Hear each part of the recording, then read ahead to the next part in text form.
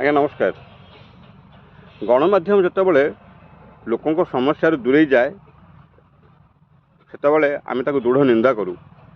ଗଣମାଧ୍ୟମ ଯେତେବେଳେ ଲୋକ ସ୍ୱାର୍ଥ ନିହିତ କଥା କହେ, ପ୍ରଶ୍ନ ପଚାରେ, ସେତେବେଳେ ଆମେ ଗଣମାଧ୍ୟମକୁ ସମର୍ଥନ କରୁ, ପ୍ରଶଂସା କରୁ ଆଉ ଗଣମାଧ୍ୟମ ପଛରେ ଦୃଢ଼ ଭାବରେ ଛିଡ଼ା ହେଉ। ମୁଁ କହୁଛି ଆପଣଙ୍କୁ, ଏଇ ଦିନେ ତଳେ ଜେଲ୍ ଡିଜି ନାଥ ବାବୁ ତାଙ୍କୁ ଯେଉଁ ପ୍ରଶ୍ନ ପଚରା ହେଲା ଆଉ ସେ ଯେଉଁ ଉତ୍କ୍ଷିପ୍ତ ହେଇକି ପ୍ରତିକ୍ରିୟା ରଖିଲେ, ମୁଁ ସେ ବାବଦରେ କହିବା ପାଇଁ ଚାହୁଁଛି ଯେ ଜେଲ୍ ଡିଜି ନିଜକୁ ବ୍ରହ୍ମା ଭାବୁଛନ୍ତି କି? ସେ ଯାହା ବିଳି ବିଳେଇବେ, ଯାହା ପ୍ରବଚନ ଦେବେ ସେଇଟା ହେଉଛି ବେଦ, ତାକୁ ବଜେଇବେ ଖାଲି ଗଣମାଧ୍ୟମ। ତୁମେ ଜେଲ୍ ବିଭାଗର ମୁଖ୍ୟ, ତେଣୁ ତୁମେ ଓଡ଼ିଶାବାସୀଙ୍କ ପାଇଁ ତୁମେ ଜବାବଦେହି ଆଉ ଉତ୍ତରଦାୟୀ।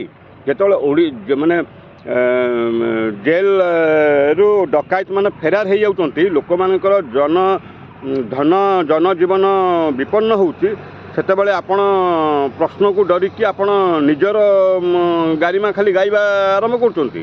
ମୁଁ ଏସା ତେସା।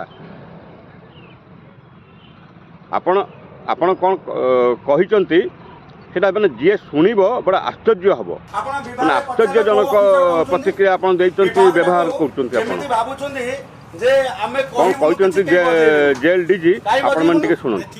ଜେଲରୁ ଏସ୍କେପ୍ ହେଇଯିବେ। ଆପଣ ଏବେ 2000 ମସିହାରୁ କହିଲେ 2000 ମସିହାରୁ କହିଲେ ଆମେ ବଜେଇଲୁ ନା ବଜେଇଲୁ ନା? ନାଇଁ 2000 ମସିହାରୁ ଯୋଉ ଡାଟା ଦେଲେ ଆମେ ବଜେଇଲୁ ନା ବଜେଇଲୁନୁ? ଆପଣ ଯାହା ଦେଇଦେଲେ କହିବେ ଆମେ ବଜଉଛୁ ନା ବଜଉନୁ? ତାହେଲେ ଆମେ କାହିଁକି ଜେଲରୁ ଏସ୍କେପ୍ ହେଇଗଲା ବଜେଇବୁନୁ?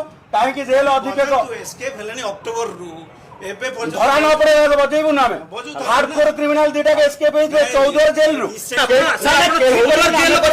ଆମେ ପାଠ ସବୁ ଜିନିଷର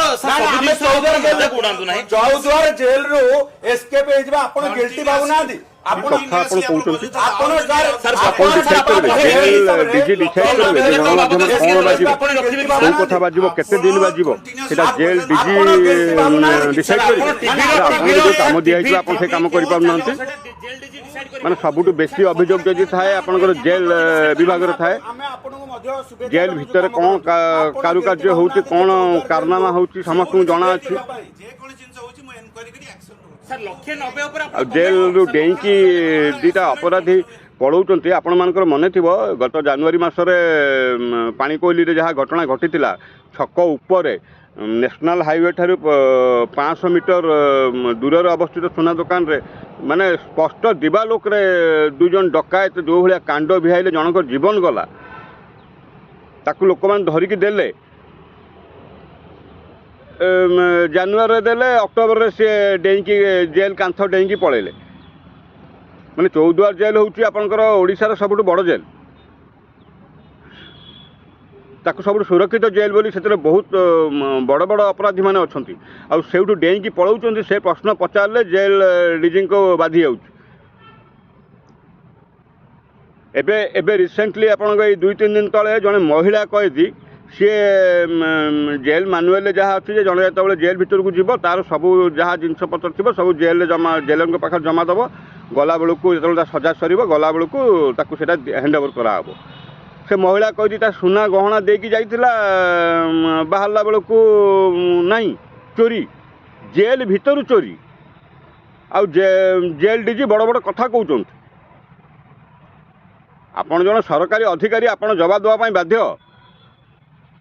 ତାର ସୁନା ଗହଣା ଆପଣ ଯେଉଁ ଆପଣଙ୍କ ବିଭାଗ ଯେଉଁ ତାକୁ ପଇସା ଦେଲା 1,90,000 ଟଙ୍କା ଦେଲା, ସେଇଟା କେଉଁଠୁ ଆସିଲା ସେ 1,90,000 ଟଙ୍କା?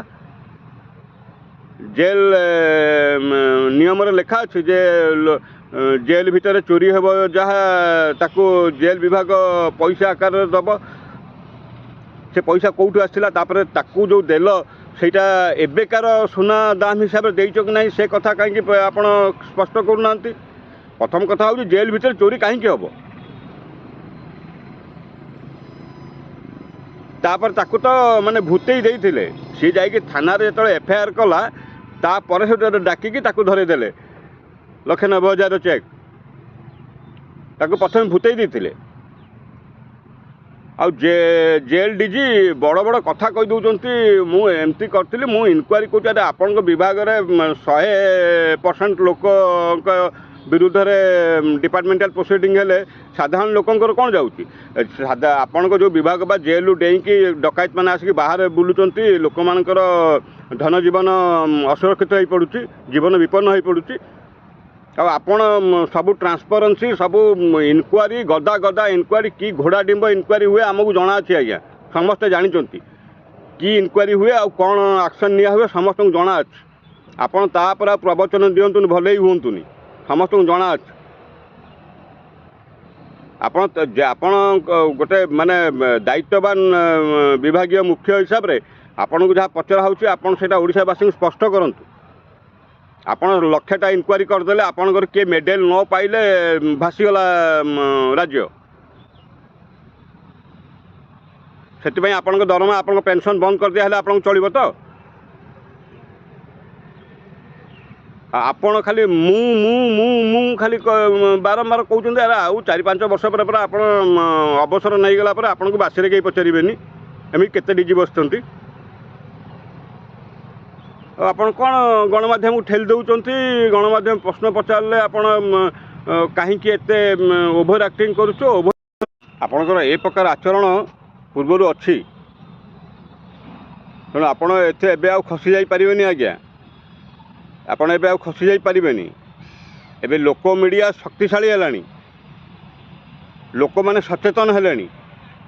ଆପଣ ଆଉ ଏ ବାହାପିଆ କଥା, ଏ ଗାଲୁଆମି କଥା କହିକି ଆପଣ ଖସି ଯାଇପାରିବେନି। ତ ଆପଣଙ୍କୁ ଜବାବ ଦେବାକୁ ହେବ।